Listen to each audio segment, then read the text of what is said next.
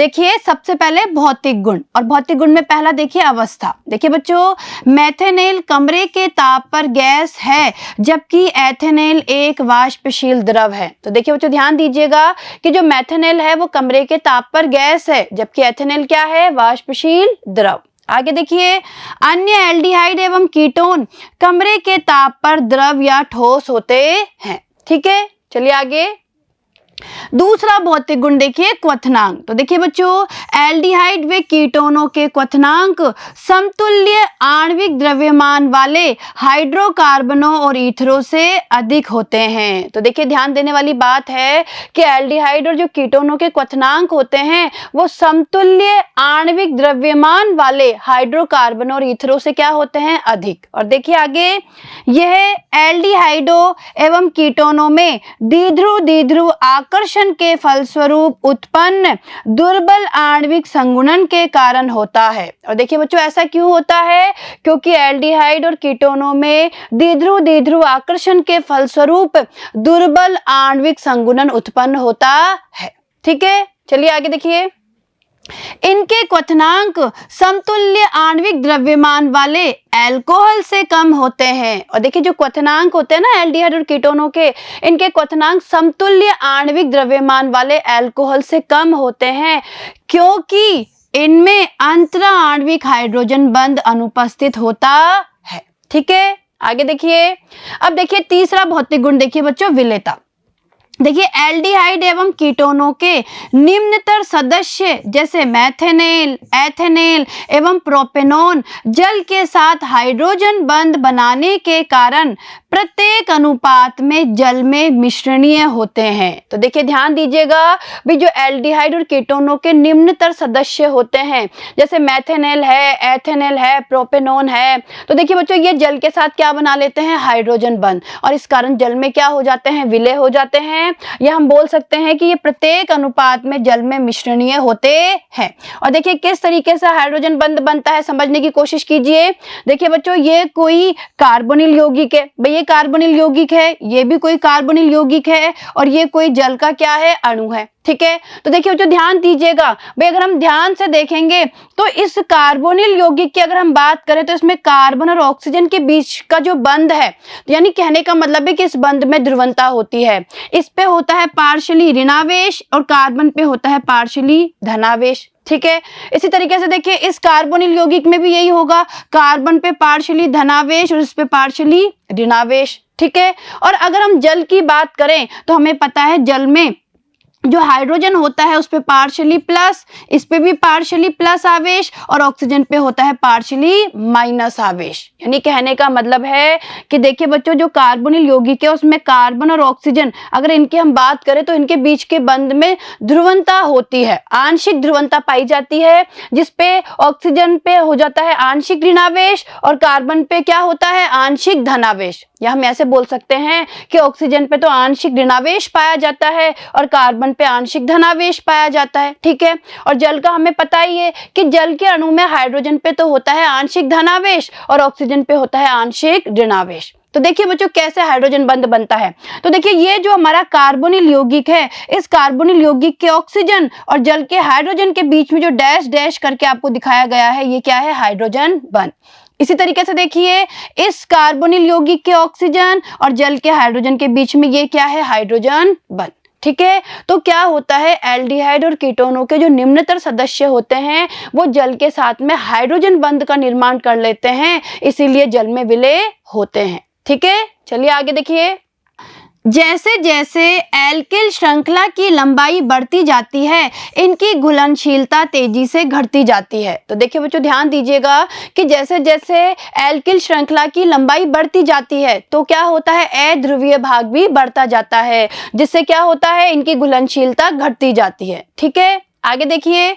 सभी एल्डिहाइड व कीटोन सभी कार्बनिक विलायकों जैसे बेंजीन, ईथर, मेथेनॉल, क्लोरोफॉर्म आदि में घुलनशील हो जाते हैं। ठीक है, तो देखिए आगे। अब देखिए गंध, देखिए चौथा भौतिक गुण क्या है इनका, गंध। तो देखिए निम्नतर एल्डिहाइड में तीक्ष्ण गंध होती है। जैसे जैसे अणुओं का आकार बढ़ता है गंध कम तीक्ष्ण होती जाती है तथा सुगंध बढ़ती जाती है। प्रकृति में पाए जाने वाले अनेक एल्डिहाइडों व कीटोनों का उपयोग सुगंध व सुरुचि कर्मकों के सम्मिश्रण में किया जाता है। ठीक है, चलिए आगे। अब देखिए रासायनिक गुण। तो देखिए बच्चों, हम लोगों ने एल्डिहाइड और कीटोनों के भौतिक गुणों के बारे में पढ़ लिया है और अब हम इनके रासायनिक गुणों के बारे में पढ़ेंगे और यहाँ पे हम मुख्य रासायनिक अभिक्रियाओं का अध्ययन करेंगे। तो देखिए ध्यान दीजिए, एल्डिहाइड एवं कीटोन दोनों में कार्बोनिल समूह विद्यमान है। देखिए बच्चों, हमें पता है कि एल्डिहाइड और कीटोन दोनों में ही कार्बोनिल समूह होता है।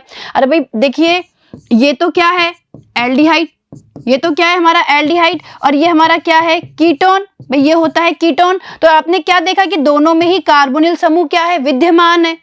अतः ये एक समान रासायनिक अभिक्रियाएं प्रदर्शित करते हैं। तो देखिए बच्चों, होता क्या है कि ये जो दोनों होते हैं एल्डिहाइड और कीटोन, ये एक समान रासायनिक अभिक्रियाएं प्रदर्शित करते हैं। ठीक है, तो देखिए आगे।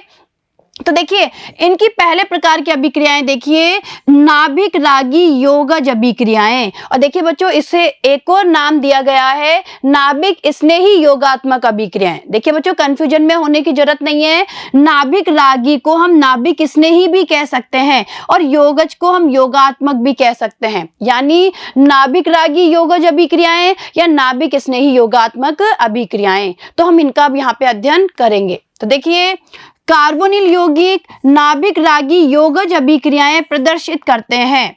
नाभिक रागी, देखिए ध्यान दीजिएगा भाई, नाभिक रागी ध्रुवीय कार्बोनिल समूह के, देखिए बच्चों वापस ध्यान दीजिएगा कि होता क्या है, जो नाभिक रागी होता है वो ध्रुवीय कार्बोनिल समूह के इलेक्ट्रॉन रागी कार्बन पर उस दिशा से आक्रमण करता है जो कार्बोनिल कार्बन के sp2 संकृत कक्षकों के तल के लगभग लंब पर होती है। ठीक है, यानी सीधा सीधा कहने का मतलब क्या है कि कोई भी अगर हम कार्बोनिल यौगिक की बात करें, देखिए बच्चों हम लोग कोई भी कार्बोनिल यौगिक की बात करें तो कार्बोनिल यौगिक में होता क्या है, जो नाभिक स्नेही होता है। देखिए बच्चों ध्यान दीजिएगा, जो नाभिक स्नेही होता है वो इस कार्बोनिल समूह के कार्बन पर आक्रमण करता है। इस कार्बन पे क्या करता है, आक्रमण करता है। क्योंकि देखिए बच्चों, हम लोगों को पता है कि जो ये कार्बोनिल समूह है इसमें कार्बन और ऑक्सीजन के बीच का ये बंध क्या होता है, ध्रुवीय होता है।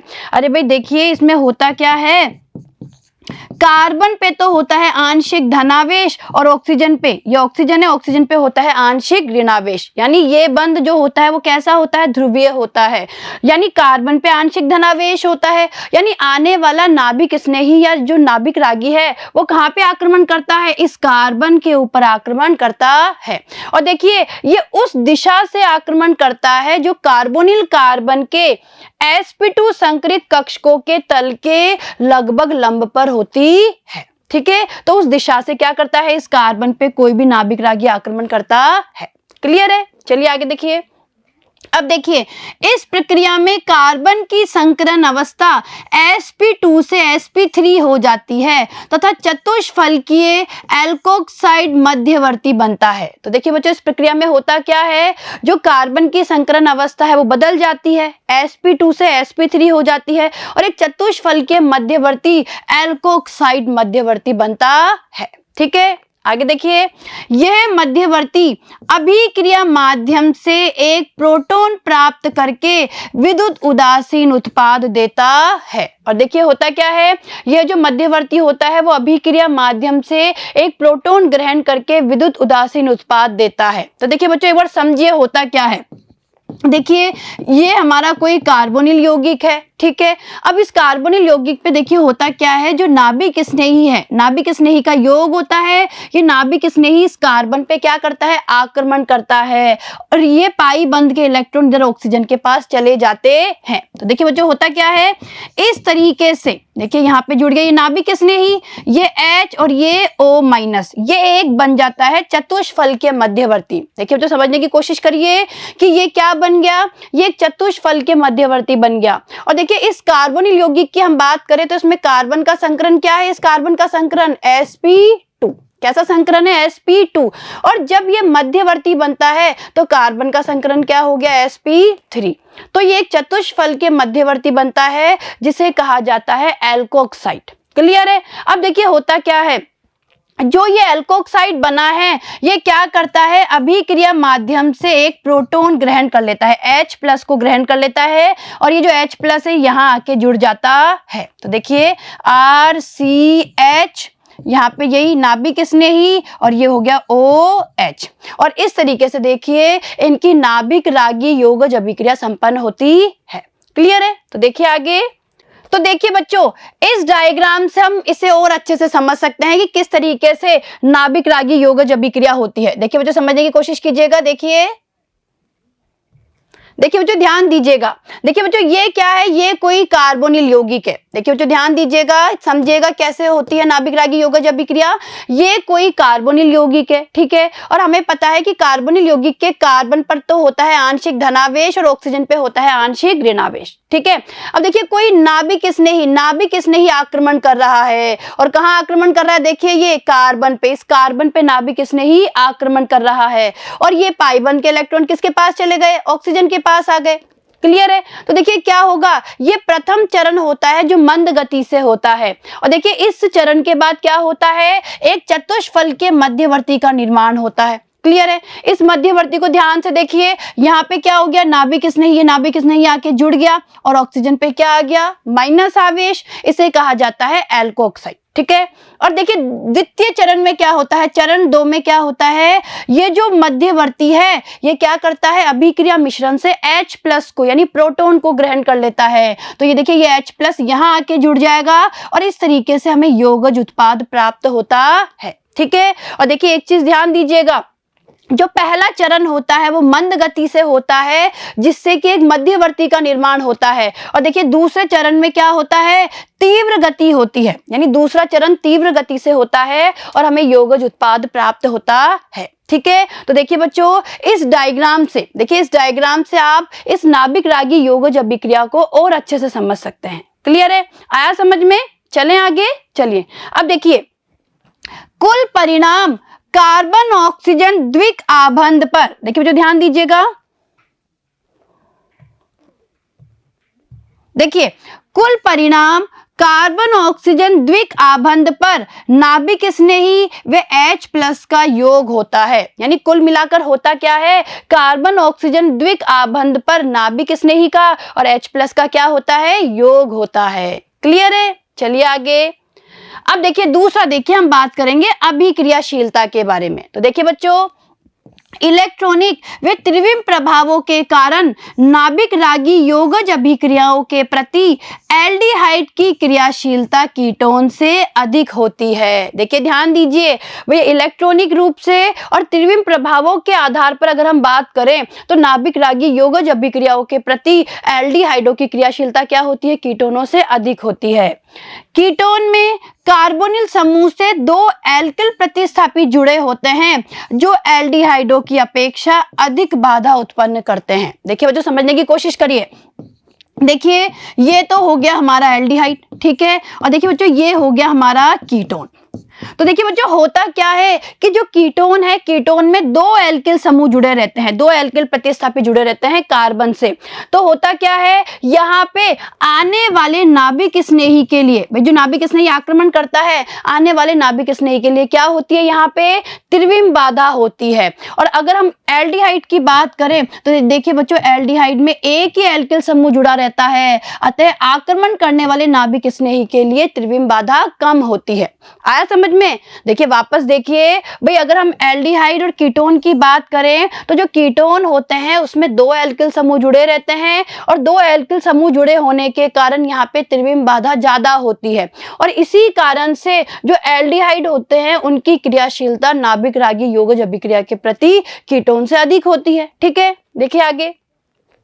इलेक्ट्रॉनिक रूप से, अब देखिए हम इलेक्ट्रॉनिक रूप से बात करेंगे। इलेक्ट्रॉनिक रूप से एल्डिहाइड कीटोन से ज्यादा क्रियाशील होते हैं। देखिए बच्चों, इलेक्ट्रॉनिक रूप से भी देखा जाए तो जो एल्डिहाइड होते हैं वो कीटोन से ज्यादा क्रियाशील होते हैं, क्योंकि कीटोन में उपस्थित दो एल्किल समूह कार्बोनिल कार्बन की इलेक्ट्रॉन रागी प्रकृति को एल्डिहाइड की तुलना में कम कर देते हैं। तो देखिए बच्चों समझिए, देखिए ये तो हो गया हमारा एल्डिहाइड, देखिए बच्चों ये तो हो गया एल्डिहाइड और ये हो गया हमारा कीटोन।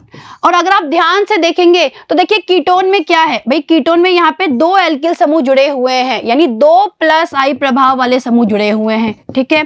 और अगर हम इसकी बात करें एल्डिहाइड की, तो एल्डिहाइड में एक ही +I प्रभाव वाला समूह जुड़ा होता है, ठीक है। तो देखिए बच्चों होता क्या है, जो कीटोन होते हैं, कीटोन में यहाँ पे 2+I प्रभाव वाले समूह जुड़े रहते हैं और इस कारण से क्या होता है, इनके +I प्रभाव के कारण इस कार्बन की इलेक्ट्रॉन रागी प्रकृति क्या हो जाती है, कम हो जाती है। इसी कारण से जो नाभिक रागी योगज अभिक्रिया है उसके प्रति कीटोनों की क्रियाशीलता भी क्या हो जाती है, कम। तो एल्डिहाइड और कीटोन की अगर हम तुलना करें तो देखिए बच्चों, जो एल्डिहाइड होते हैं वो नाभिक रागी योगज अभिक्रिया कीटोनों की तुलना में तीव्रता से देते हैं, या ये कह सकते हैं कि एल्डिहाइडों की क्रियाशीलता कीटोनों की तुलना में ज्यादा होती है, ठीक है। आया समझ में आपको ये कंसेप्ट? तो चलिए आगे देखिए। अब देखिए नाभिक रागी योगज और नाभिक रागी योगज विलोपन अभिक्रियाओं के कुछ उदाहरण। तो देखिए बच्चों, अब हम इन अभिक्रियाओं से संबंधित कुछ उदाहरणों का या कुछ अभिक्रियाओं का यहाँ पे अध्ययन करेंगे। तो देखिए पहला देखिए हाइड्रोजन साइनाइड यानी HCN का संयोजन। तो देखिए बच्चों ध्यान दीजिएगा, ये अभिक्रियाएं बहुत इंपॉर्टेंट है और परीक्षाओं में पूछी जाती है। तो देखिए एल्डिहाइड व कीटोन हाइड्रोजन साइनाइड से क्रिया करके साइनोहाइड्रीन देते हैं। देखिए बच्चों, एल्डिहाइड और जो कीटोन होते हैं वो हाइड्रोजन साइनाइड के साथ अभिक्रिया करके क्या देते हैं, साइनोहाइड्रीन। और देखिए शुद्ध HCN के साथ यह अभिक्रिया बहुत धीमी होती है, अतः यह क्षार द्वारा उत्प्रेरित की जाती है। तो देखिए बच्चों, ये जो अभिक्रिया होती है ये क्षार के द्वारा उत्प्रेरित की जाती है, क्योंकि शुद्ध HCN के साथ अभिक्रिया बहुत धीमी गति से होती है। तो देखिए अभिक्रिया देखिए बच्चों, ये क्या है, HCN है, ठीक है, हाइड्रोजन साइनाइड है। इसकी अभिक्रिया हम किसके साथ करवाएंगे भाई, कार्बोनिल यौगिक के साथ इसकी अभिक्रिया करवाएंगे। और अभिक्रिया किसकी उपस्थिति में होती है, क्षार की उपस्थिति में। तो देखिए क्या अभिक्रिया होती है भाई, ये HCN हाइड्रोजन साइनाइड सबसे पहले क्षार से अभिक्रिया करेगा, OH- है, ठीक है, क्षार के साथ अभिक्रिया करेगा।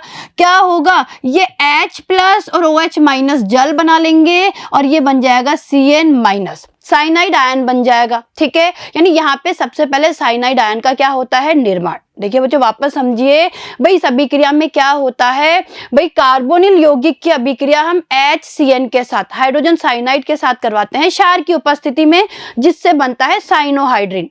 तो इस अभिक्रिया की अगर क्रियाविधि को हम देखें तो सबसे पहले होता क्या है, ये HCN क्षार के साथ क्रिया करके साइनाइड आयन बनाता है, बन गया, ये आयन बन गया। अब ये जो आयन बना है CN-, ये यहाँ पे व्यवहार करता है नाभिक रागी की तरह। तो देखिए ये CN- नाभिक रागी की तरह व्यवहार करता है और ये क्या करता है, देखिए बच्चों समझिएगा। देखिए बच्चों, ये जो CN- है ये क्या करता है, नाभिक रागी की तरह व्यवहार करता है और ये देखिए इस कार्बन पे अटैक करता है, कार्बन पे आक्रमण करता है। और ये जो पाई बंध के इलेक्ट्रॉन है ये ऑक्सीजन के पास चले जाते हैं, चले गए तो क्या होगा, मध्यवर्ती बनेगा। तो देखिए मध्यवर्ती बन गया, जिसमें O पे क्या आ गया, माइनस, और कार्बन से क्या जुड़ गया, ये CN जुड़ गया। और अब क्या होगा, ये मध्यवर्ती अभिक्रिया मिश्रण से H+ को ले लेगा, लीजिए ये H+ को ले लेगा, यहाँ H+ जुड़ जाएगा। तो यहाँ पे क्या होगा, यहाँ पे देखिए जो यहाँ पे H आके जुड़ जाएगा, इस O- के पास जो ये H+ है ये यहाँ आके जुड़ जाएगा और ये हमें प्राप्त होगा साइनोहाइड्रीन। क्लियर है, आई अभिक्रिया समझ में? चलिए आगे देखिए। अब दूसरी अभिक्रिया देखिए, सोडियम बाइसल्फाइड का संयोजन। देखिए बच्चों दूसरी अभिक्रिया है सोडियम बाइसल्फाइड का संयोजन। तो देखिए एल्डिहाइड एवं कीटोन सोडियम बाइसल्फाइड के साथ संयुक्त होकर योगज उत्पाद देते हैं। तो देखिए बच्चों, एल्डिहाइड और जो कीटोन होते हैं वो सोडियम बाइसल्फाइड के साथ भी संयुक्त होकर एक योगज उत्पाद बनाते हैं। और देखिए अभिक्रिया को समझिए, ये क्या है, हमारा कोई कार्बोनिल यौगिक है और इसकी अभिक्रिया हम करवा रहे हैं सोडियम बाइसल्फाइड के साथ। ठीक है, ये कैसे टूटता है, Na+ और HSO3-। भाई जो हमारा ये सोडियम बाइसल्फाइड है ये टूटता है Na तो प्लस का और HSO3- का। ठीक है, यानी कहने का मतलब है जो HSO3- है वो यहाँ पे नाभिक स्नेही की तरह व्यवहार करेगा, यानी वो आक्रमण करेगा इस कार्बन पे। भाई नाभिक रागी की तरह व्यवहार करेगा, कार्बन पे आक्रमण करेगा और इस तरीके से एक हमें मध्यवर्ती प्राप्त होगा। ठीक है, इस मध्यवर्ती में क्या होगा, प्रोटॉन का स्थानांतरण होगा, यानी सोडियम तो चला जाएगा यहाँ पे और हाइड्रोजन आ जाएगा यहाँ पे। तो देखिए सोडियम इधर चला गया, हाइड्रोजन इसकी जगह आ गया, यानी प्रोटॉन स्थानांतरण हो गया और हमें ये बाइसल्फाइड यौगज उत्पाद प्राप्त हुआ। ठीक है, और ये कैसा उत्पाद होता है, क्रिस्टलीय उत्पाद होता है। ठीक है बच्चों, आई अभिक्रिया समझ में। तो आगे देखिए ये हाइड्रोजन सल्फाइड यौगज उत्पाद जल में अविलेय होते हैं। देखिए बच्चों, ये जो हाइड्रोजन सल्फाइड यौगज उत्पाद है ये जल में क्या होते हैं, अविलेय होते हैं। इन्हें तनु खनिज अम्लों अथवा क्षार के साथ क्रिया द्वारा पुनः मूल कार्बोनिल यौगिकों में परिवर्तित किया जा सकता है। इसीलिए यह अभिक्रिया एल्डिहाइडों के पृथक्करण व परिष्करण के लिए उपयोगी होती है। तो देखिए बच्चों, इसीलिए इस अभिक्रिया का उपयोग कहाँ किया जाता है, एल्डिहाइडों के पृथक्करण के लिए और परिष्करण के लिए। क्लियर है, आया समझ में। चलें आगे, चलिए देखिए अब देखिए तीसरी अभिक्रिया, देखिए ग्रिग्नार अभिकर्मकों का संयोजन। तो देखिए बच्चों ध्यान दीजिएगा, एल्डिहाइड व कीटोन ग्रिग्नार अभिकर्मकों से क्रिया करके एक यौगिक उत्पाद बनाते हैं। देखिए बच्चों ध्यान दीजिएगा कि भाई एल्डिहाइड और कीटोन ग्रिग्नार अभिकर्मकों के साथ में अभिक्रिया करके क्या बनाते हैं, यौगिक उत्पाद बनाते हैं, जिसके जल अपघटन से अल्कोहल प्राप्त होती है। यानी जिसके जल अपघटन से क्या प्राप्त होती है, अल्कोहल। तो देखिए बच्चों अभिक्रिया को समझने की कोशिश कीजिए। देखिए किस तरीके से ग्रिग्नार अभिकर्मक से अभिक्रिया होती है। तो देखिए बच्चों ग्रिग्नार अभिकर्मक क्या होता है, RMgX। देखिए बच्चों ग्रिग्नार अभिकर्मक को इस तरीके से प्रदर्शित किया जाता है और इसमें होता क्या है, ये जो एल्किल समूह है इस पे होता है पार्शियली ऋणावेश और इस मैग्नीशियम पे होता है पार्शियली धनावेश। ठीक है, यानी कहने का मतलब है कि ग्रिग्नार अभिकर्मक में जो ये एल्किल समूह होता है यही नाभिक रागी की तरह व्यवहार करता है और जो ये R है, जो ये एल्किल समूह है, ये एल्किल समूह ही क्या करता है, कार्बोनिल कार्बन पर, यानी कार्बोनिल समूह के कार्बन पर आक्रमण करता है। ठीक है, तो देखिए अभिक्रिया किस तरीके से होती है, देखिए बच्चों समझने की कोशिश करिए। ये ग्रिग्नार अभिकर्मक है और ग्रिग्नार अभिकर्मक की अभिक्रिया हम करवा रहे हैं किसी कार्बोनिल यौगिक से। ठीक है, और ये कौन सा कार्बोनिल यौगिक है, एल्डिहाइड। और देखिए बच्चों ये अभिक्रिया ईथर की उपस्थिति में होती है, यानी ईथर की उपस्थिति में अभिक्रिया हो रही है। देखिए होगा क्या, ये जो R है जिसपे पार्शियली ऋणावेश है, ये R आक्रमण करेगा इस कार्बन पे और ये पाई बंध के इलेक्ट्रॉन चले जाएंगे ऑक्सीजन के पास में। ठीक है, तो देखिए बच्चों होगा क्या, भाई यहाँ पे कार्बन पे तो जुड़ गया R, भाई इस कार्बन पे तो आके जुड़ गया R और ये जो पाई बंध के इलेक्ट्रॉन जब ऑक्सीजन के पास आए, ऑक्सीजन पे आ गया ऋणावेश, आ गया ऋणावेश और यहाँ पे इस ऑक्सीजन के पास जो ऋणावेश आया तो यहाँ कौन आके जुड़ गया, MgX। यानी देखिए ये MgX यहाँ आके जुड़ गया और ये एक मध्य उत्पाद का क्या हो गया, निर्माण। देखिए बच्चों वापस समझिए, इधर देखिए ये हमारा क्या है, ग्रिग्नार अभिकर्मक है। ठीक है, और ये हमारा कोई कार्बोनिल यौगिक है। देखिए समझिए क्या होगा, ये जो ग्रिग्नार अभिकर्मक का जो ये नाभिक स्नेही केंद्र है, ये R जो नाभिक रागी की तरह या नाभिक स्नेही की तरह व्यवहार करता है, ये क्या करेगा, इस कार्बन के ऊपर आक्रमण करेगा तो ये पाई बंध के इलेक्ट्रॉन ऑक्सीजन के पास चले जाएंगे, गए। देखिए क्या बना, देखिए बच्चों समझिएगा, RCH, यहाँ पे ये R जुड़ गया, ये R जुड़ गया यहाँ पे आके और ये हो गया O-। ठीक है बच्चों, अब इस O- के पास में ये MgX यहाँ आके जुड़ जाएगा। ठीक है, तो ये क्या बन गया, मध्यवर्ती। तो देखिए ये यही तो मध्यवर्ती है, ये मध्यवर्ती उत्पाद बनता है। अब क्या होगा, इस मध्यवर्ती उत्पाद का जब जल अपघटन किया जाता है, देखिए इस मध्यवर्ती उत्पाद की अभिक्रिया जब जल के साथ करवाई जाती है, मैं जल को ऐसे लिख दूं HOH। ठीक है, तो देखिए बच्चों क्या होगा, ये MgX और OH ये बाहर निकल जाएगा। अरे भाई जल होता है H प्लस और OH माइनस, तो MgX और OH ये बाहर निकल जाएगा तो ये बन जाएगा, ठीक है। और देखिए यहाँ पे क्या होगा, ये H प्लस इस ऑक्सीजन से आके जुड़ जाएगा और इस तरीके से क्या हो गया, अल्कोहल का निर्माण हो गया। क्लियर है। तो आइए आपको यह अभिक्रिया समझ में कि किस तरीके से कार्बोनिल यौगिकों पर ग्रिग्नार अभिकर्मक का संयोजन होता है, ठीक है। तो देखिए आगे, तो देखिए बच्चों, ग्रिग्नार अभिकर्मक फॉर्मेल्डिहाइड के साथ क्रिया द्वारा प्राथमिक अल्कोहल का निर्माण करते हैं। अब देखिए यहाँ समझने वाली बात है कि भाई अगर ग्रिग्नार अभिकर्मक की अभिक्रिया फॉर्मेल्डिहाइड के साथ करवाई जाती है, देखिए ध्यान दीजिएगा भाई, ग्रिग्नार अभिकर्मक की अभिक्रिया, देखिए ये ग्रिग्नार अभिकर्मक है और इसकी अभिक्रिया अगर फॉर्मेल्डिहाइड के साथ करवाई जाती है तो हमेशा हमें प्राथमिक अल्कोहल प्राप्त होते हैं। तो देखिए बच्चों, इन दोनों की अभिक्रिया से सबसे पहले ये मध्य उत्पाद बनता है जिसका जल अपघटन करने पर ये क्या बनते हैं, प्राथमिक अल्कोहल। और देखिए इस अभिक्रिया को भी समझ लीजिए एक बार। देखिए ये है हमारा ग्रिग्नार अभिकर्मक, ठीक है, इस पे पार्शियली ऋणावेश पार्शियली धनावेश, और ये हो गया देखिए बच्चों हमारा फॉर्मेल्डिहाइड। ये क्या हो गया, फॉर्मेल्डिहाइड हो गया। ये R इस कार्बन पे आक्रमण करेगा, पाई बंध के इलेक्ट्रॉन ऑक्सीजन के पास चले जाएंगे। देखिए क्या उत्पाद बना, HCO माइनस H, ये बॉन्ड है H और यहाँ जुड़ गया R, ठीक है। और इस O माइनस से आके जुड़ गया ये MgX प्लस, ठीक है। तो ये मध्य उत्पाद यही तो है, यही मध्य उत्पाद है ये। इसे हम ऐसे भी लिख सकते हैं RCH2OMgX, भाई RCH2OMgX लिख दिया। और जब इसका हमने जल अपघटन किया HOH इस तरीके से, H प्लस और OH माइनस, तो ये MgXOH ये तो अलग निकल गया। लीजिए भाई MgXOH अलग निकल गया और ये देखिए ये हमारा उत्पाद बन गया RCH2OH, यहाँ H जुड़ जाएगा, देखिए RCHHOH, ठीक है। तो ये हमारा क्या बन गया, प्राथमिक अल्कोहल का क्या हो गया, ये निर्माण, ये प्राथमिक अल्कोहल बन गया। यानी ग्रिग्नार अभिकर्मक की अभिक्रिया अगर फॉर्मेल्डिहाइड के साथ करवाई जाती है तो प्राथमिक अल्कोहल प्राप्त होता है, ठीक है। आई समझ में ये अभिक्रिया। चलिए आगे देखिए, इसी तरीके से देखिए ग्रिग्नार अभिकर्मक एसिटाल्डिहाइड और अन्य एल्डिहाइडों से क्रिया कर द्वितीयक अल्कोहल का निर्माण करते हैं। तो देखिए बच्चों ध्यान दीजिएगा, भाई ग्रिग्नार अभिकर्मक एसिटाल्डिहाइड के साथ में या अन्य एल्डिहाइडों से क्रिया करके क्या बनाते हैं, द्वितीयक अल्कोहल बनाते हैं। और देखिए ये अभिक्रिया, देखिए ये अभिक्रिया ग्रिग्नार अभिकर्मक की अभिक्रिया है एल्डिहाइड के साथ में। तो देखिए ग्रिग्नार अभिकर्मक है, एल्डिहाइड के साथ अभिक्रिया कर रहा है, ये पहले मध्य उत्पाद बना और जब जल अपघटन किया गया इस उत्पाद का तो हमें ये क्या प्राप्त हो गया, द्वितीयक अल्कोहल, ठीक है। देखिए आगे, इसी तरीके से देखिए ग्रिग्नार अभिकर्मक कीटोन के साथ क्रिया करके तृतीयक अल्कोहल का निर्माण करते हैं। और देखिए बच्चों, जब ग्रिग्नार अभिकर्मक की अभिक्रिया कीटोन से करवाई जाती है तो हमेशा तृतीयक अल्कोहल बनते हैं। देखिए इस अभिक्रिया को भी समझ लीजिए आप लोग।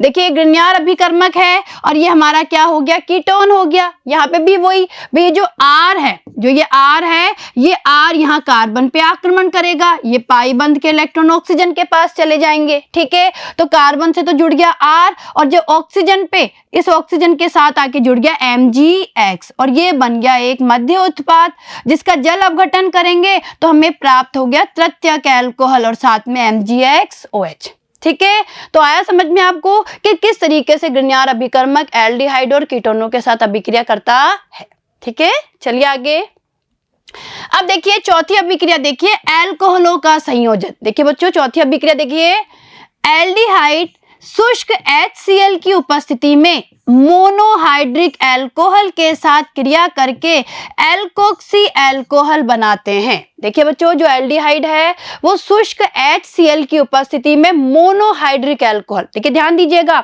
मोनोहाइड्रिक अल्कोहल के साथ क्रिया करके क्या बनाते हैं, एल्कोक्सी अल्कोहल बनाते हैं, जिन्हें हेमीएसिटेल कहते हैं। जिन्हें क्या कहते हैं, हेमीएसिटेल। आगे देखिए, यह हेमीएसिटेल पुनः अल्कोहल से क्रिया कर जैम डाई अल्कोक्सी यौगिक बनाते हैं। यानी ये जो हेमीएसिटेल है ना, ये दोबारा अल्कोहल से क्रिया करते हैं और क्या बनता है, जैम डाई अल्कोक्सी यौगिक बनता है जिसे कहा जाता है एसिटेल। क्या कहा जाता है, जिसे एसिटेल, ठीक है। तो देखिए अभिक्रिया, तो देखिए बच्चों अभिक्रिया को समझने की कोशिश कीजिएगा कि किस तरीके से हेमीएसिटेल और एसिटेल का निर्माण होता है।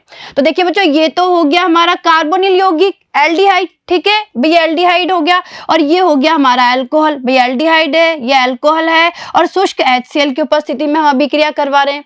क्या होगा, सबसे पहले हेमी एसिटेल बनेगा। सबसे पहले क्या होगा, हेमी एसिटेल। देखिए बच्चों, हेमी एसिटेल बन जाएगा और हेमी एसिटेल का जब दोबारा अल्कोहल के साथ अभिक्रिया करवाई जाएगी, ये जो हेमी एसिटेल है ना, ये दोबारा जब अल्कोहल के साथ अभिक्रिया करेगा तो हमारे किसका निर्माण हो जाएगा, एसिटेल का निर्माण हो जाएगा। ठीक है, तो ये हो गई हमारी अभिक्रिया। चलें आगे, चलिए अब देखिए, कीटोनों की अल्कोहल के साथ अभिक्रिया बहुत धीमी होती है। देखिए जो यहाँ समझिएगा भाई, कीटोनों की जो अल्कोहल के साथ अभिक्रिया होती है वो बहुत धीमी होती है। ये अधिक क्रियाशील एथिलीन ग्लाइकोल के साथ अभिक्रिया करके चक्रीय उत्पाद एथिलीन ग्लाइकोल कीटेल बनाते हैं। तो देखिए ध्यान दीजिएगा भाई, जो कीटोन होते हैं ये क्या करते हैं, अधिक क्रियाशील एथिलीन ग्लाइकोल के साथ अभिक्रिया करते हैं और एक चक्रीय उत्पाद बनाते हैं एथिलीन ग्लाइकोल कीटेल। ठीक है, और देखिए अभिक्रिया को देखिए बच्चों, इसे देखिए ये क्या है, कीटोन है और कीटोन की अभिक्रिया हो रही है एथिलीन ग्लाइकोल के साथ HCl की उपस्थिति में। ठीक है, देखिए क्या होगा यहाँ पे, अगर आप ध्यान से देखेंगे तो ये H और ये O जल के रूप में बाहर निकल जाएंगे। लीजिए ये जल बाहर निकल गया और एक चक्रीय संरचना बनेगी कीटेल। इसका ये बन गया कीटेल और इसका पूरा नाम है एथिलीन ग्लाइकोल कीटेल। ठीक है, तो इस तरीके से जो कीटोन है उनके एथिलीन ग्लाइकोल के साथ अभिक्रिया होती है।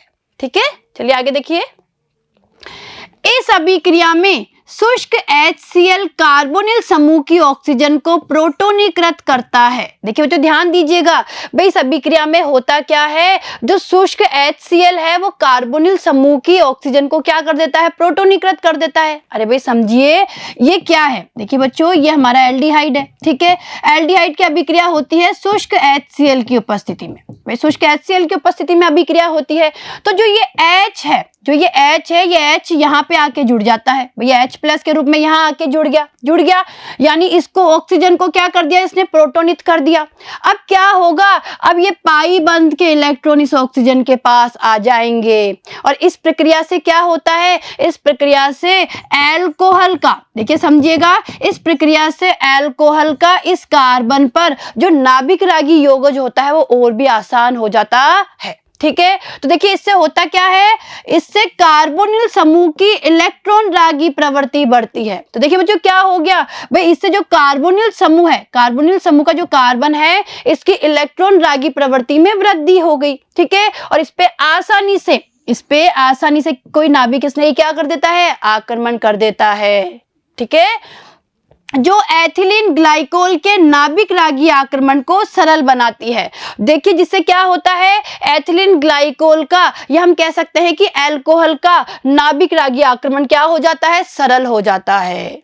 आगे देखिए, एसिटेल एवं कीटेल जलीय खनिज अम्लों के साथ जल अपघटित होकर क्रमशः संगत एल्डिहाइड व कीटोन बनाती है। ठीक है, आई अभिक्रिया समझ में। चलिए आगे देखिए, अब देखिए बच्चों अगली अभिक्रिया देखिए, अमोनिया व इसके व्युत्पन्नों का संयोजन। तो देखिए बच्चों ध्यान दीजिएगा, अमोनिया व इसके व्युत्पन्न H2NZ जैसे नाभिक रागी अम्ल की उपस्थिति में एल्डिहाइड व कीटोन के कार्बोनिल समूह पर जुड़कर एक मध्यवर्ती बनाते हैं। तो देखिए बच्चों यहाँ पे बात हो रही है अमोनिया और उनके व्युत्पन्न की। तो देखिए ये तो होता है अमोनिया, ये क्या है, अमोनिया। और देखिए अमोनिया के एक हाइड्रोजन को हटाकर अगर कोई प्रतिस्थापी जुड़ जाता है तो बन जाते हैं अमोनिया व्युत्पन्न। तो देखिए ये होते हैं अमोनिया व्युत्पन्न। तो देखिए इसमें होता क्या है, अमोनिया वे जो इसके व्युत्पन्न होते हैं उनकी अम्ल की उपस्थिति में एल्डिहाइड या कीटोन के साथ अभिक्रिया करवाई जाती है। तो होता क्या है, एक मध्यवर्ती बनता है। सबसे पहले यौगिक अभिक्रिया होती है और मध्यवर्ती बनता है, जिसके निर्जलीकरण द्वारा संगत उत्पाद, देखिए C+N Z यानी इस प्रकार का उत्पाद बनकर साम्यावस्था उत्पाद की दिशा में विस्थापित हो जाती है। क्लियर है। तो देखिए यहाँ पे होता क्या है, अमोनिया में जो उसके व्युत्पन्न होते हैं उनका नाभिक रागी यौगिक अभिक्रिया संपन्न होती है कार्बोनिल समूह पर। तो देखिए आगे, यह एक उत्क्रमणीय अभिक्रिया होती है। देखिए तो ध्यान दीजिएगा भाई, ये अभिक्रिया कैसी होती है, उत्क्रमणीय अभिक्रिया होती है। तो देखिए इस अभिक्रिया को समझने की कोशिश कीजिए। ये क्या है, कार्बोनिल यौगिक है, ठीक है। कार्बोनिल यौगिक की अभिक्रिया या तो अमोनिया से या अमोनिया व्युत्पन्न के साथ करवाई जा रही है।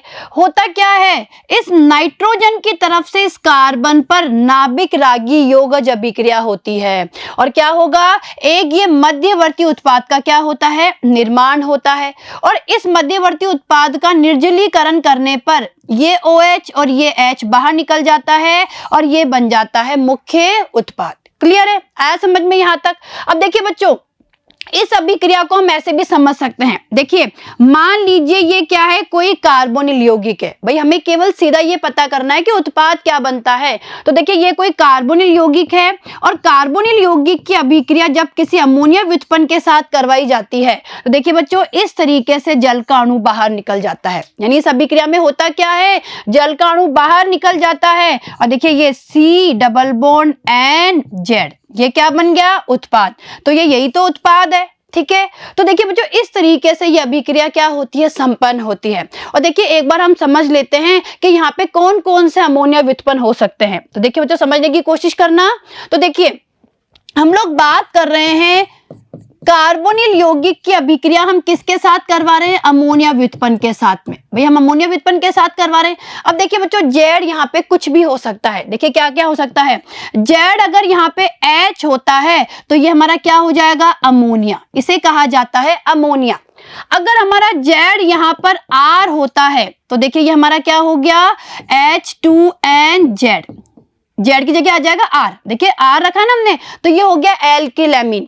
अगर Z हमारा कोई OH है, देखिए कोई OH समूह है तो ये हमारा क्या बन गया बच्चों, देखिए हाइड्रोक्सिल-एमीन बन गया। ये हमारा क्या बन गया, अमोनिया, ये एल्किल-एमीन, या हाइड्रोक्सिल-एमीन। और देखिए Z बराबर कोई NH2 है तो हमारा बन गया हाइड्रोजीन। देखिए क्लियर है। तो देखिए Z की जगह मैंने यहाँ H रखा, यहाँ R रखा, यहाँ OH रखा, यहाँ NH2 रखा। क्लियर है। तो इस तरीके से यहाँ पे Z कोई भी समूह हो सकता है। तो देखिए एक बार आप इन अभिक्रियाओं को समझ लीजिए कि क्या उत्पाद बनता है। देखिए बच्चों जब हम कार्बोनिल यौगिक के साथ में, देखिए ये हमारा कोई कार्बोनिल यौगिक है, ठीक है, और कार्बोनिल यौगिक के साथ में हम अभिक्रिया करवा रहे हैं सबसे पहले किसकी, अमोनिया की। मैं अमोनिया को ऐसे लिख दूं H2, भाई NH3 है ना तो H2NH, इस तरीके से मैं अमोनिया को लिख दूं। क्या होगा, ये जल का अणु बाहर निकल जाएगा और देखिए क्या उत्पाद बन गया, RCH, और यहाँ आ जाएगा डबल बॉन्ड NH, ये बन गया इमीन। यानी जब अमोनिया के साथ अभिक्रिया करवाई तो बन गया इमीन। ठीक है, इसी तरीके से देखिए अगर मैं अभिक्रिया करवा रही हूं इसके साथ में, यानी हमारे एमीन के साथ में, तो देखिए क्या बन जाएगा, H2N और यहाँ पे है R, ये जल का अणु बाहर निकल गया और हमारा उत्पाद बन गया ये प्रतिस्थापित इमीन। क्या बन गई, प्रतिस्थापित इमीन बन गई। इसी तरीके से देखिए हाइड्रोक्सिल एमीन के साथ में अगर अभिक्रिया करवाती हूं, देखिए बच्चों ये हाइड्रोक्सिल एमीन है, इसके साथ अभिक्रिया करवाती हूं, ये जल का अणु बाहर निकल जाता है और हमारा ये उत्पाद बनता है, इसे कहा जाता है ऑक्सिम। देखिए बच्चों इस उत्पाद को क्या कहते हैं, ऑक्सिम। ऑक्सिम ये N है। क्लियर है, आया समझ में आपको किस तरीके से अभिक्रिया होती है। और जब देखिए हाइड्रोजीन के साथ अभिक्रिया करवाते हैं, देखिए कार्बोनिल यौगिक है और कार्बोनिल यौगिक की अभिक्रिया जब हम हाइड्रोजीन के साथ करवाते हैं, ये हाइड्रोजीन है तो देखिए ये जल का अणु क्या हो जाएगा, बाहर निकल जाएगा और देखिए क्या उत्पाद बना, ये बन गया डबल बॉन्ड NH2, इसे कहा जाता है, देखिए इस उत्पाद को क्या कहते हैं, हाइड्रेजोन। इसे क्या कहा जाता है, हाइड्रेजोन। ठीक है, तो इस तरीके से देखिए बच्चों क्या होता है, हमारा जो कार्बोनिल यौगिक है वो अमोनिया या उसके व्युत्पन्नों से अभिक्रिया करता है। जब अमोनिया के साथ अभिक्रिया करता है तो बनता है इमीन। ठीक है, जब हमारा कार्बोनिल यौगिक एमीन के साथ अभिक्रिया करता है तो ये बन जाता है प्रतिस्थापित इमीन, और प्रतिस्थापित इमीन को शिफ्ट क्षारक भी कहा जाता है। इसी तरीके से देखिए अगर हमारा कार्बोनिल यौगिक हाइड्रोक्सिल एमीन के साथ अभिक्रिया करता है तो बनता है ऑक्सिम, और इसी तरीके से कार्बोनिल यौगिक अगर हाइड्रोजीन के साथ अभिक्रिया करता है तो उत्पाद के रूप में बनता है हाइड्रेजोन। क्लियर है, तो ये आपको अभिक्रिया समझ में आई कि किस तरीके से अमोनिया और अमोनिया व्युत्पन्न के साथ अभिक्रिया होती है। ठीक है, चलें आगे, चलिए आगे देखिए। अब दूसरा देखिए अपचयन। देखिए बच्चों दूसरी अभिक्रिया क्या पढ़ेंगे हम, अपचयन।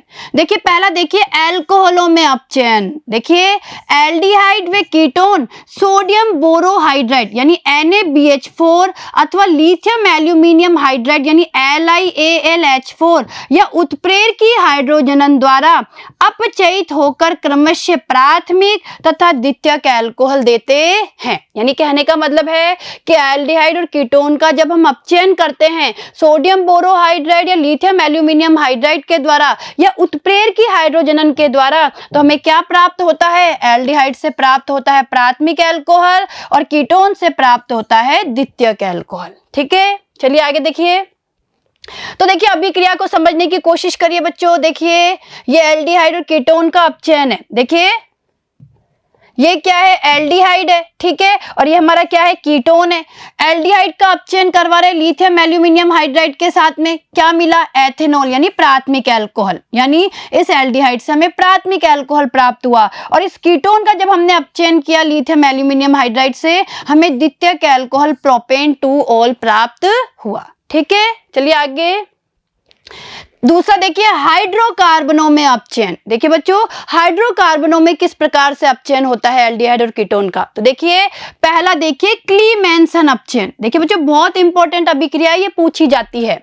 देखिए एल्डिहाइड व कीटोन का अपचयन जिंक अमलगम तथा सांद्र HCl। देखिए बच्चों ध्यान दीजिएगा, जिंक अमलगम होता है जिंक और Hg। जिंक Hg का जो मिश्रण होता है इसे कहा जाता है जिंक अमलगम।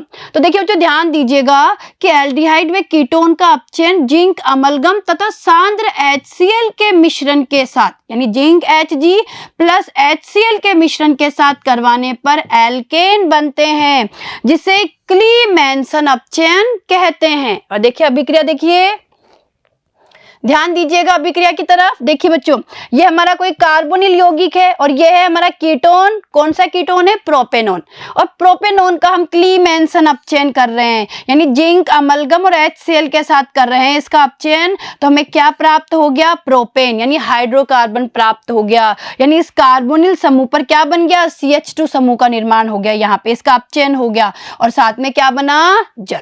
ठीक है, आगे देखिए। दूसरा देखिए वोल्फ किश्नर अपचयन। देखिए बच्चों ये भी बहुत इंपॉर्टेंट है, परीक्षा में पूछा जाता है। देखिए कार्बोनिल यौगिकों की हाइड्रोजन के साथ अभिक्रिया कराने के बाद, देखिए इसमें सबसे पहले क्या होता है भाई, कार्बोनिल यौगिक की अभिक्रिया हाइड्रोजन के साथ करवाते हैं। तो देखिए कार्बोनिल यौगिकों की हाइड्रोजन के साथ अभिक्रिया कराने के बाद एथिलीन ग्लाइकोल में सोडियम या पोटेशियम हाइड्रोक्साइड के साथ गर्म करने पर कार्बोनिल समूह CH2 समूह में बदल जाता है तथा एल्केन बनते हैं। तो देखिए अभिक्रिया को देखिए, देखिए तो समझिएगा भाई सबसे पहले होता क्या है भाई, जो हमारा कार्बोनिल यौगिक है उसकी अभिक्रिया हम किसके साथ करवाते हैं, हाइड्रोजन के साथ अभिक्रिया करवाते हैं। तो हाइड्रोजन के साथ अभिक्रिया करवाने पर बनता है हाइड्रोजन, बन गया, हाइड्रोजन बन गया। और जो ये हाइड्रोजन हमें प्राप्त हुआ है इसका देखिए हम एथिलीन ग्लाइकोल में KOH के साथ गर्म करेंगे इसे, ठीक है, और क्या होगा, ये देखिए अपचयन हो जाएगा और हमें एल्केन प्राप्त होगी और साथ में नाइट्रोजन गैस भी बनेगी। तो ये हो गया हमारा वोल्फ किश्नर अपचयन। ठीक है, आगे अब हम पढ़ेंगे ऑक्सीकरण के बारे में। तीसरी अभिक्रियाएं हैं ऑक्सीकरण। तो देखिए बच्चों ऑक्सीकरण अभिक्रिया में एल्डिहाइड व कीटोन भिन्न व्यवहार करते हैं। देखिए अगर ऑक्सीकरण की बात की जाए तो एल्डिहाइड और कीटोन अलग अलग तरीके से व्यवहार करते हैं। एल्डिहाइड सामान्य ऑक्सीकारकों जैसे नाइट्रिक अम्ल, पोटेशियम परमैंगनेट, पोटेशियम डाइक्रोमेट आदि के द्वारा ऑक्सीकृत होकर कार्बोक्सिलिक अम्ल देते हैं। तो देखिए बच्चों होता क्या है कि जो एल्डिहाइड होते हैं वो सामान्य ऑक्सीकारकों जैसे नाइट्रिक अम्ल है, पोटेशियम परमैंगनेट है या पोटेशियम डाइक्रोमेट है, इनके द्वारा ऑक्सीकृत होकर क्या देते हैं, कार्बोक्सिलिक अम्ल। तो देखिए ये एल्डिहाइड है, ऑक्सीकरण होगा क्या बन गया, कार्बोक्सिलिक अम्ल बन गया। ठीक है, आगे मृदु ऑक्सीकारक मुख्यतः टोलेन अभिकर्मक और फेलिंग विलयन भी एल्डिहाइड को ऑक्सीकृत कर देते हैं। कीटोनों का ऑक्सीकरण सामान्यतः प्रबल परिस्थितियों, देखिए अब कीटोनों की बात हो रही है भाई, कीटोनों का ऑक्सीकरण सामान्यतः प्रबल परिस्थितियों जैसे प्रबल ऑक्सीकरण कर्मक तथा उच्च ताप पर होता है। इनके ऑक्सीकरण में कार्बन कार्बन बंध का विदलन होता है, जिससे अनेक कार्बोक्सिलिक अम्लों के मिश्रण प्राप्त होते हैं। तो देखिए क्या होता है भाई, कीटोनों के ऑक्सीकरण में कार्बन कार्बन बंध का विदलन होता है और अनेक कार्बोक्सिलिक अम्लों के हमें मिश्रण प्राप्त होते हैं। ठीक है, आगे देखिए, इनमें कार्बन परमाणुओं की संख्या मूल कार्बोनिल यौगिक के कार्बन परमाणुओं से क्या होती है, कम होती है। तो देखिए बच्चों, एक बार कीटोनों के ऑक्सीकरण को समझ लीजिए किस तरीके से होता है।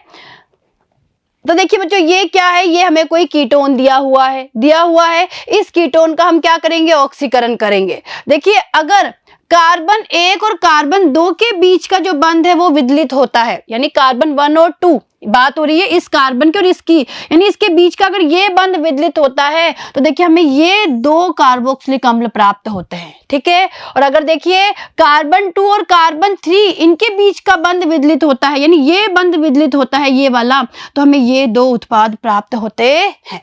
तो इस तरीके से क्या होता है, कार्बोक्सिलिक अम्लों का मिश्रण हमें प्राप्त होता है। ठीक है, आगे देखिए, एल्डिहाइड और कीटोनों में विभेद करने के लिए निम्न मृदु ऑक्सीकरण कर्मक काम में लाए जाते हैं। तो देखिए समझिए भाई, एल्डिहाइड और कीटोनों में अगर विभेद करना है तो निम्न मृदु ऑक्सीकरण कर्मक काम में लिए जाते हैं। पहला देखिए टोलेन अभिकर्मक, देखिए बच्चों बहुत इंपॉर्टेंट अभिकर्मक है और कभी कभी यहां से प्रश्न भी बनता है। तो देखिए एल्डिहाइड को ताजा बने अमोनिया में सिल्वर नाइट्रेट विलयन, देखिए AgNO3 और NH4OH इनका जो मिश्रण होता है ना, उसे हम टोलेन अभिकर्मक कहते हैं।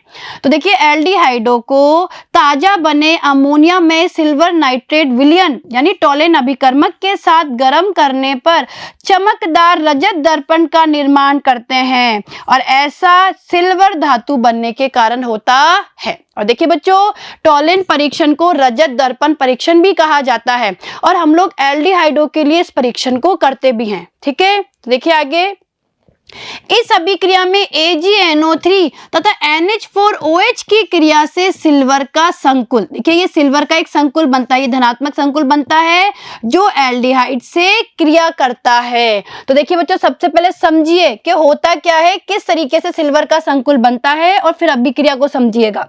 तो देखिए ये क्या है, Ag+, अरे भाई हम क्या काम में ले रहे हैं, AgNO3 काम में ले रहे हैं और हमें पता है AgNO3 टूटता है Ag+ और NO3- का। तो ये Ag+ और NH4OH आपस में अभिक्रिया करके ये क्या बनाते हैं, सिल्वर का संकुल और 2 जल के अणु बनाते हैं। ठीक है, और ये जो सिल्वर का संकुल है, ये जो संकुल है यही एल्डिहाइड के साथ अभिक्रिया करता है OH- की उपस्थिति में और देखिए ये बन गया हमारा कार्बोक्सिलेट आयन, एक आयन बन गया और Ag यानी रजत दर्पण का क्या होता है, निर्माण, साथ में जल और अमोनिया भी बनती है। ठीक है, तो ये हो गया हमारा टोलेन परीक्षण।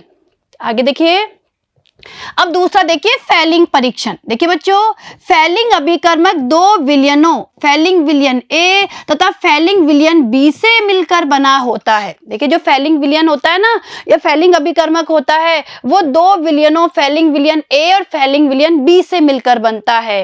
अब देखिए फेलिंग विलयन A क्या होता है, जलीय कॉपर सल्फेट, और फेलिंग विलयन B क्या होता है, सोडियम पोटेशियम टॉर्ट्रेट, जिसे रोशेल लवण भी कहते हैं। तो देखिए विलयन A व B को समान मात्रा में मिलाकर एल्डिहाइड के साथ गर्म करने पर लाल भूरा अवक्षेप प्राप्त होता है। और आगे देखिए, इसमें एल्डिहाइड संगत कार्बोक्सिलेट ऋणायन में ऑक्सीकृत हो जाते हैं। तो अभिक्रिया को समझिए, देखिए बच्चों ध्यान दीजिएगा, ये एल्डिहाइड है, Cu+2 से अभिक्रिया करेगा और 5OH- की उपस्थिति में ये कार्बोक्सिलेट आयन और एक Cu2O+ 3H2O। ठीक है, और जो ये Cu2O बनता है इसी के कारण लाल भूरा अवक्षेप हमें प्राप्त होता है। ठीक है, आया आपको फेलिंग परीक्षण। आगे देखिए, एरोमेटिक एल्डिहाइड यह परीक्षण नहीं देते हैं। देखिए बच्चों, जो एरोमेटिक एल्डिहाइड होते हैं ना, वो इस परीक्षण को नहीं देते हैं। ठीक है, आगे अब देखिए मेथिल कीटोन का हैलोफॉर्म अभिक्रिया द्वारा ऑक्सीकरण। तो देखिए बच्चों, ऐसे कीटोन जिसमें कम से कम एक मेथिल समूह कार्बोनिल कार्बन परमाणु से आबंधित होता है, सोडियम हाइपोहैलाइड के साथ क्रिया कर संगत कार्बोक्सिलिक अम्ल के सोडियम लवण में ऑक्सीकृत हो जाते हैं, जिसमें कार्बोनिल यौगिक की अपेक्षा एक कार्बन परमाणु कम होता है। तो देखिए बच्चों, होता क्या है भाई, अभिक्रिया किसके साथ करवाई जा रही है? सोडियम हाइपोहैलाइड के साथ अभिक्रिया करवाई जा रही है, और ऐसे कीटोन जिनमें कम से कम एक मेथिल समूह कार्बोनिल कार्बन से बंधित होता है, वही इस अभिक्रिया को देता है। तो देखिए, समझिए अभिक्रिया को। आगे देखिए, मेथिल समूह हैलोफॉर्म में परिवर्तित हो जाता है। तो देखिए मेथिल समूह किस में परिवर्तित होगा? हैलोफॉर्म में। और अभिक्रिया देखिए समझिए इस अभिक्रिया को। ये कोई कार्बोनिल यौगिक है हमारा, ठीक है, कार्बोनिल यौगिक है, इसकी अभिक्रिया करवा रहे हैं सोडियम हाइपोहैलाइड के साथ में। और देखिए क्या बन गया, ये RC≡OON है ना, यानी ये क्या बन गया? अम्ल का सोडियम लवण बन गया, और साथ में देखिए हैलोफॉर्म का निर्माण हो गया। और यहाँ पे हैलोजन क्या क्या हो सकती है? क्लोरीन, ब्रोमीन या आयोडीन, ठीक है।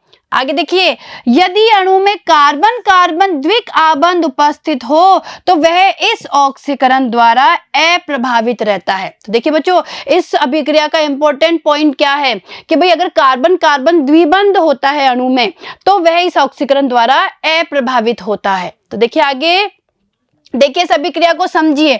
देखिए ये हमें कोई कार्बोनिल यौगिक दिया हुआ है कीटोन, और इन कार्बन कार्बन के बीच में क्या है? डबल बॉन्ड है, ठीक है। अब देखिए इसकी अभिक्रिया हम NaOCl के साथ इसकी अभिक्रिया करवा रहे हैं, तो क्या होगा? हैलोफॉर्म का निर्माण होगा। देखिए यहाँ पे हैलोफॉर्म का निर्माण हो गया, क्लियर है। अब आप ध्यान से देखिए यहाँ पे कि कार्बन कार्बन जो डबल बॉन्ड है, ये जो कार्बन कार्बन डबल बॉन्ड है, इस पे कोई भी प्रभाव नहीं पड़ा, यानी इसका किसी भी तरीके का ऑक्सीकरण नहीं हुआ है, ठीक है। तो इस तरीके से ये ऑक्सीकरण होता है, क्लियर है। तो देखिए बच्चों, आज जो हम लोगों ने अभिक्रियाएं पढ़ी आपको बहुत अच्छे से समझ में आई होगी। तो देखिए बच्चों, इन अभिक्रियाओं की आप अच्छे से प्रैक्टिस करिए, परीक्षा में यहाँ से प्रश्न बनते हैं। और देखिए अब आगे आने वाले वीडियो में हम कार्बोक्सिलिक अम्लों के बारे में अध्ययन करेंगे, ठीक है। धन्यवाद।